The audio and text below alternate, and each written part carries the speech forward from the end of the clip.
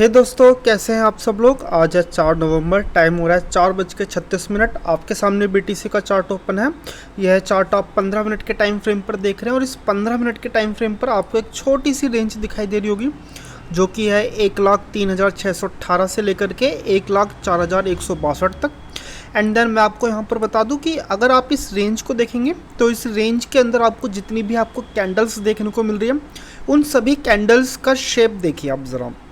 इसमें आपको कैंडल्स की जो बॉडी है वो काफ़ी आपको छोटी देखने को मिलेगी। एंड देन इसके अंदर आपको स्पाइक्स काफ़ी लंबी लंबी देखने को मिलेगी, ठीक है। एंड देन ये इंडिकेट करता है कि भाई मार्केट में कुछ खास मोमेंटम नहीं है।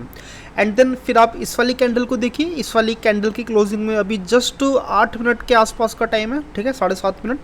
एंड देन इस 7.5 मिनट के अंदर इस कैंडल के अंदर काफ़ी अच्छा खासा एक बायर्स की तरफ से आपको एक होल्डिंग देखने को मिल रही है कि भाई बायर्स यहाँ पर मार्केट को ऊपर लेके जाने की कोशिश कर रहे हैं, ठीक है।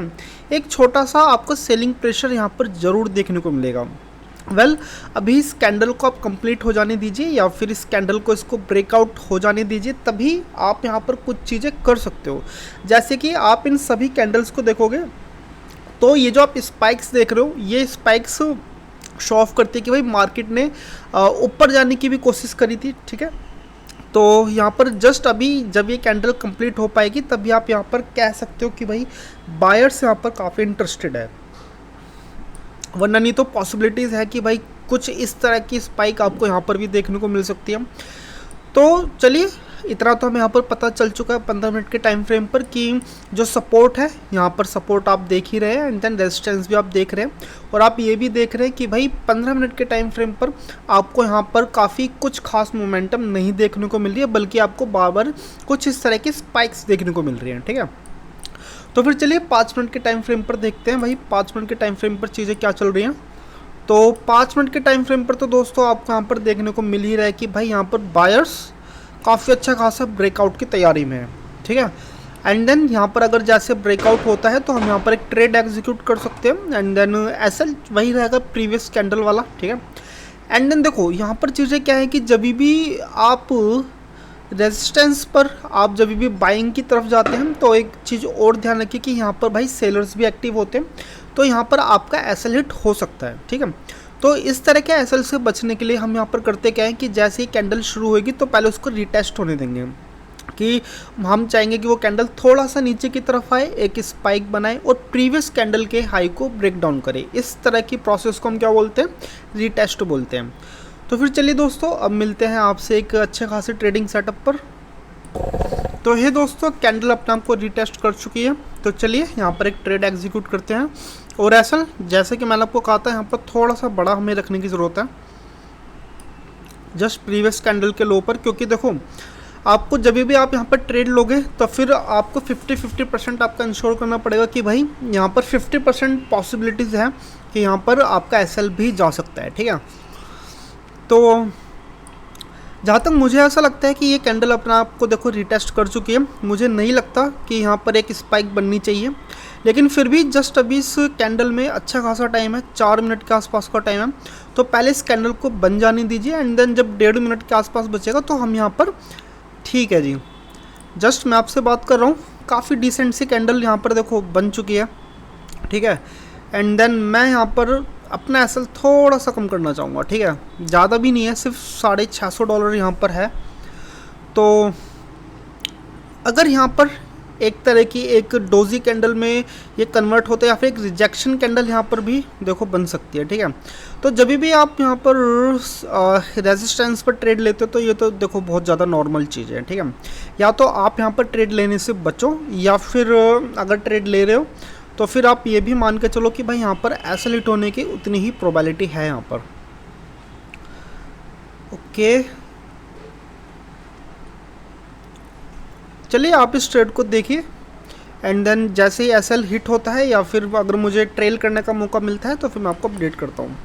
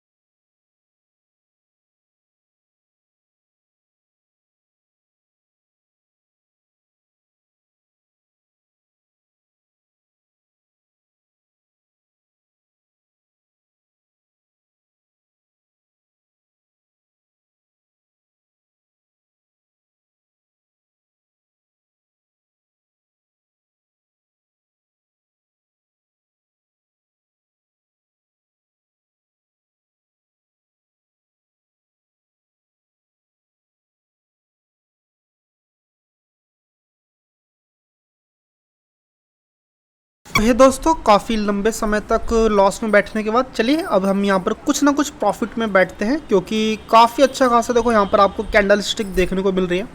एंड देन करंटली जो प्रॉफिट है वो है करीबन $700, ठीक है। अब देखो $700 हो चाहे $600 हो, इससे ज़्यादा फ़र्क नहीं पड़ता, लेकिन प्रेजेंटली जो मैंने रिज़र्व करा है वो मैंने कितना करा है वो मैं आपको दिखा देता हूँ। करीबन नहीं तो $42 मैंने यहाँ पर रिजर्वेशन कर रखी है। तो चलिए कुछ प्रॉफिट को यहाँ पर और सिक्योर करा जाए, थोड़ा सा और बढ़ाया जाए।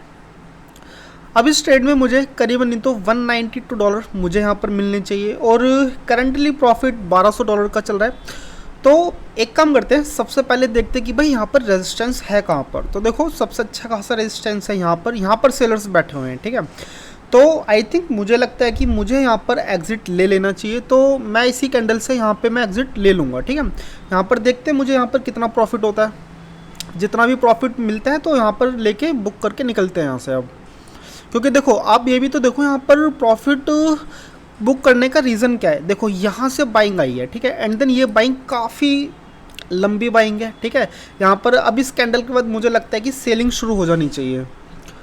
तो भाई ठीक है जी, अच्छा खासा प्रॉफिट तो चल ही रहा है $1400 के लमसम में। दोस्तों 28 सेकंड है, देखते हैं इस 20-25 सेकंड में कितना मिलता है। चलिए जी, $950 लेके हम यहाँ से एग्ज़िट हो चुके हैं, ठीक है। तो आपको यहाँ पर वीडियो कैसी लग रही है आप मुझे कमेंट में बताइए। एंड देन अगर आपने यहाँ तक वीडियो देखा है तो आपके लिए बहुत बहुत साधुवाद। चलिए मिलते हैं अब कल आपसे।